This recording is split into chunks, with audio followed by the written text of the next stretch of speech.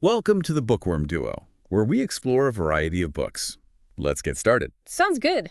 Today we're going to tackle Nicholas Sparks's Counting Miracles, which a lot of you have been requesting. You've been asking for a really thorough but, still fun breakdown of the book, and that's what we're going to deliver. Exactly. We'll guide you through the whole story. We'll hit those key moments, those connections. Right, chronologically. Yeah, chronologically, so you don't get lost. Awesome.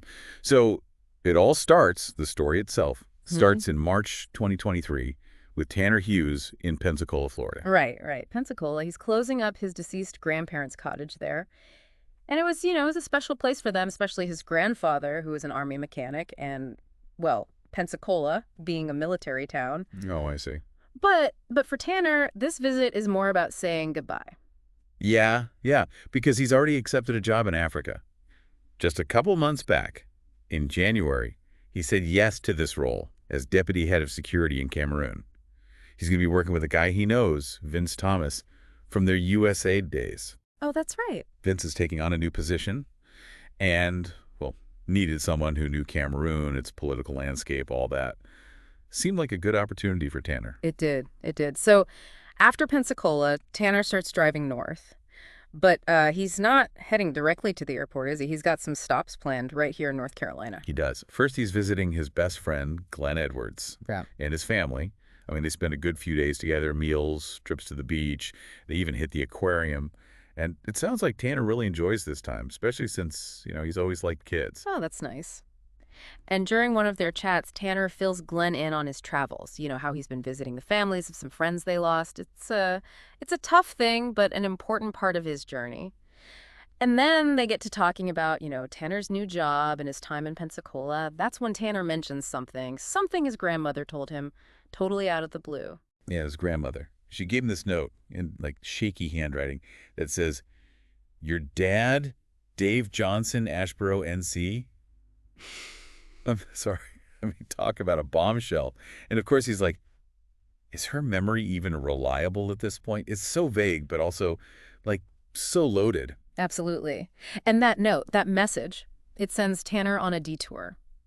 After his visit with Glenn, he drives those 4 hours from the coast to Ashboro, North Carolina, a new town, a cryptic message. So what's he do? He goes to Walmart, gets himself a map, a notebook, pens, the essentials for a, do-it-yourself investigation. Yeah. And then he's off to the library, hoping to find some answers, I guess. And at the library, they tell him they don't have phone books old enough to cover, every possibility of when his father might have been there. The oldest they got is from 1992. But Tanner, he digs into it anyway, looking for Dave Johnson. And of course, there are tons of them. I mean, that's got to be both encouraging and overwhelming, right? So many leads, but no way to know which one, if any, is actually his father. So he starts taking notes, looking for, any connection he can find. It's a starting point, but a daunting one, to be sure.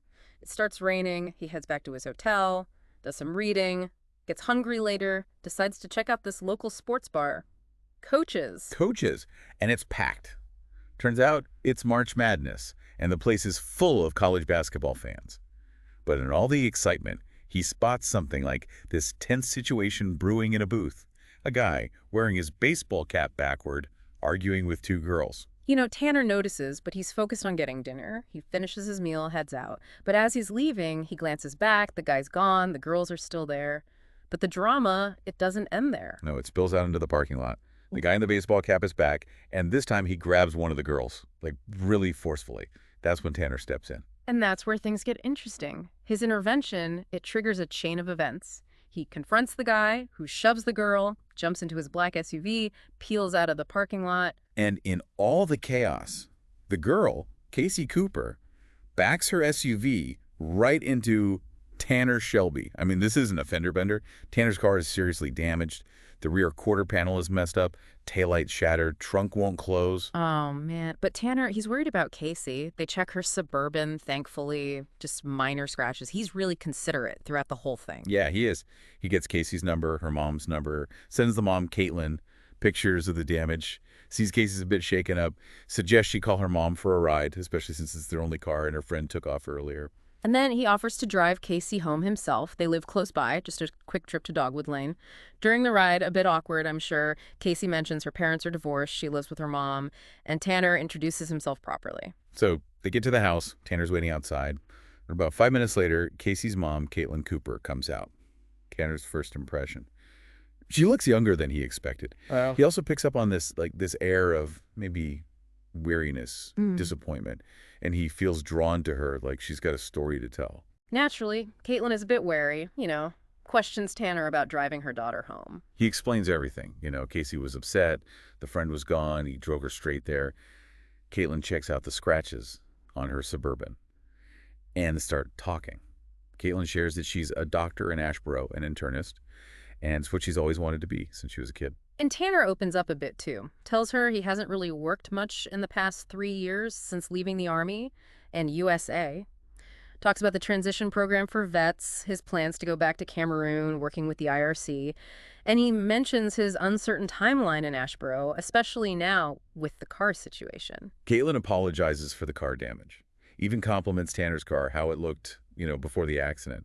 And then, needing more photos for insurance, she asks to see his car. They go back to Coach's together. It's interesting that even in this moment, Kaitlyn thinks about all those people to the bar, like why they're there. After the photos, they head back to Kaitlyn's. Tanner thanks her for the ride. And then Kaitlyn, out of the blue, invites him in for a beer. It's casual, but there's definitely a shift in their dynamic. So Tanner leaves, and we see the rest of Kaitlyn's night. She goes in, finds her 9-year-old son, Mitch, still awake, waiting for Casey. She tells him about the accident, that Tanner was nice. Upstairs, Casey's in her room, seemingly unconcerned about the whole thing. They have a short, kind of strained conversation. Kaitlyn tries to connect with her, but Casey pushes back, even accuses Kaitlyn of trying to control her, make her feel inadequate. It clearly bothers Kaitlyn. And Kaitlyn thinks back on everything. The accident, meeting Tanner, that unexpected invitation for a beer, all this against the backdrop of her struggles with her daughter. And that's when we meet another important character, Jasper Johnson. Yeah, Jasper Johnson. He's at his secluded cabin with his dog Arlo. We see him taking care of Arlo, who's got a slight limp. He's making himself a simple dinner, thinking about his upcoming doctor's appointment with, Kaitlyn Cooper. He really appreciates her approach, how compassionate she is, especially about his scars from a past accident. His previous doctor had retired, and he feels lucky to have found Kaitlyn. Remembers their first meeting, how kind she was. Later, he's outside with Arlo, and he spots this little wooden carving that isn't his. Wonders where it came from. And just then, Kaitlyn shows up with Mitch. And Mitch, of course, notices Arlo's limp right away. He asks about the carving, and after a short exchange, Jasper gives it to him. They talk about whittling. And then Jasper, in a playful mood, tells Mitch about eating bugs. Oh, no. Mitch is not buying it. But before they leave, Jasper carves a squirrel for him. It's a sweet moment. As they're saying goodbye, Jasper thinks about his own children in this, longing to fix things from the past. Kaitlyn gets Mitch going, and Jasper just watches them, their close bond.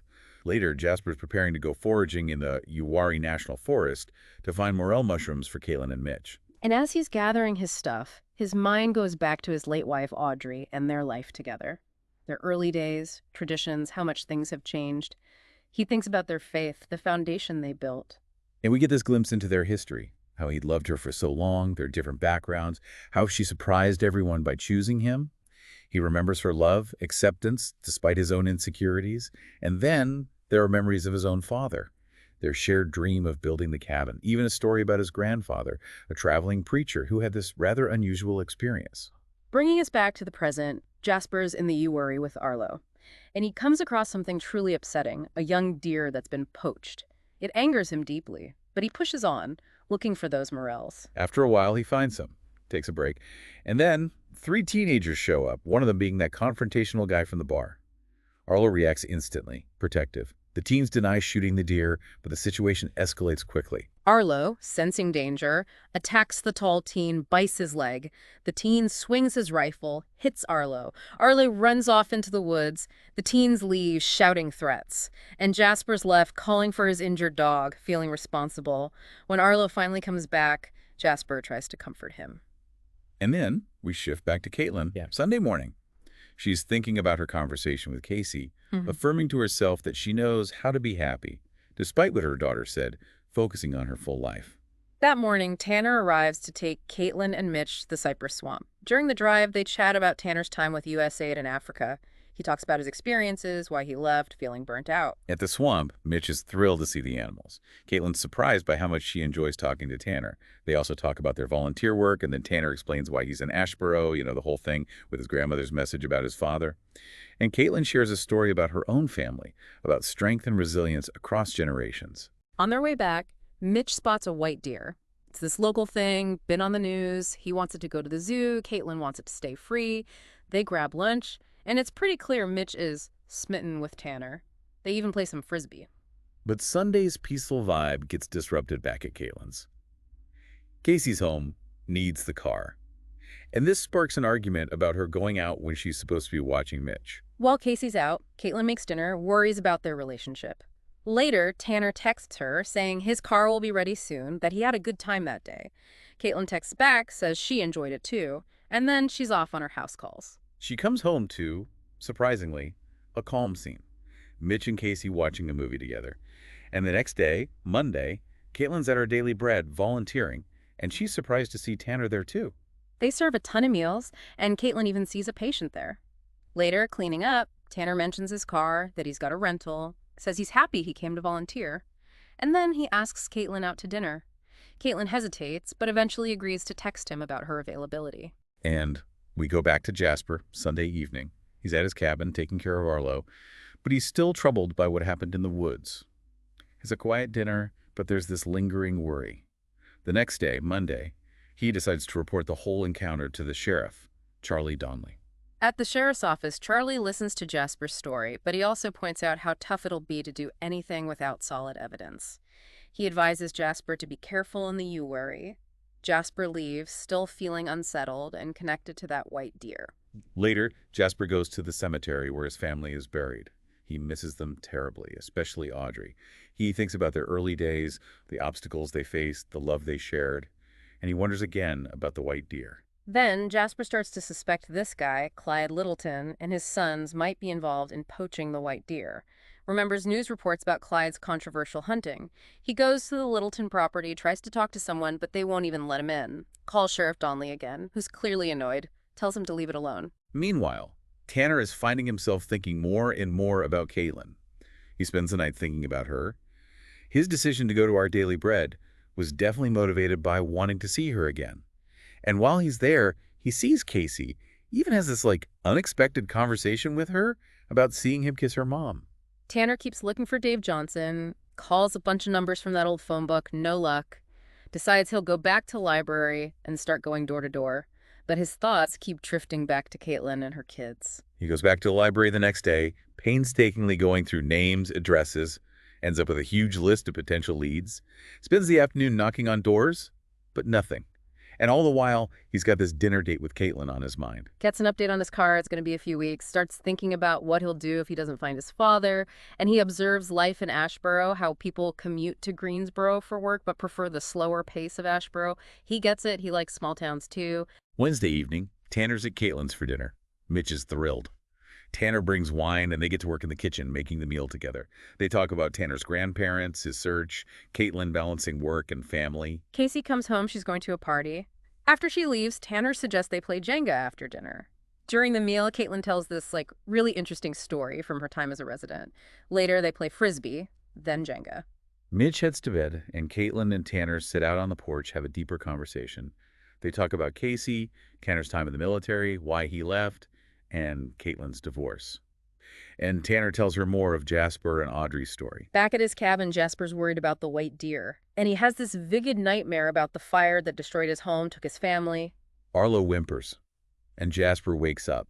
He's confused in pain near where Arlo attacked that teen. And he realizes the Littletons might come back. He manages to hide just as he hears them approaching. The next morning, Kaitlyn overhears Casey talking about her seeing Kaitlyn kiss Tanner. It's awkward. Kaitlyn has a busy day at the clinic, gets a text from Tanner about their date, gets ready. And Casey, surprisingly, offers to help her get ready. Tanner shows up in a limo, which the kids love. He tells them dinner's a surprise. They end up at this beautiful, secluded mountain house that Tanner rented. It's amazing. They have this private dinner prepared by a chef. Later, they sit by the fire. Tanner talks about past relationships, and they kiss. And things get intimate. Kaitlyn notices his scars. They make love again. Over dinner, they talk about their lives, their plans. And when Tanner mentions he's leaving for Cameroon soon, Kaitlyn's upset, feels he wasn't honest about the timeline, and she ends it. Kaitlyn comes home early, which Casey's not happy about. But she ends up being surprisingly supportive. Kaitlyn reflects on the night, her children. Back in the Uwari, Jasper's in bad shape, injured, exposed to the elements. He's having fragmented memories, getting weaker. Friday morning, Tanner wakes up feeling the emptiness of Kaitlyn's absence. Kaitlyn's trying to act normal for Casey, and Jasper, he's still in a bad way. Tanner calls Glenn, updates him on everything, how intensely he connected with Kaitlyn, the breakup. Glenn points out that Kaitlyn's the only woman he's ever called him about, that she clearly means something. Tanner admits she does, and Glenn tells him to figure out what he wants, be ready when he sees her again. Jasper makes it through another day, but Arlo's still missing. He reflects on how nature has shaped his life, the good and the bad. Saturday morning, Mitch wakes Kaitlyn up, worried about Arlo, who's back. They take care of him. Mitch wonders about Jasper, and Kaitlyn's really worried now. Jasper's delirious, having these flashes of his daughter Mary being seriously ill. He feels helpless. And Tanner, after his talk with Glenn, realizes how much he cares about Kaitlyn. Jasper doesn't show up at their usual spot. Kaitlyn and Mitch check his cabin. He's gone. Arlo's with them but doesn't want to leave the woods. Kaitlyn reports him missing. Tanner's worried, uses Arlo's GPS tracker, heads into the Uwari, finds Arlo with Jasper, who's injured and unconscious. Tanner sees how serious it is, calls 911, carries Jasper out, takes him to his cabin, then takes Arlo to Kaitlyn's. Later, at the hospital, they find out Jasper's awake. He asks who found him. Casey tells him it was Tanner. At Kaitlyn's, she's overflowing with gratitude towards Tanner. He mentions he was looking for a Dave Johnson and that Jasper's name was on his list. Kaitlyn realizes Jasper's last name is Johnson, and Tanner explains he's looking for a Dave or David, asks if she knows if Jasper has any sons. Tanner talks to the sheriff about Jasper, and then texts Kaitlyn, wants to talk about Jasper, and the fact that Jasper had a son named David. They agree to meet. Kaitlyn's doubtful that Jasper could be Tanner's father, given the age difference.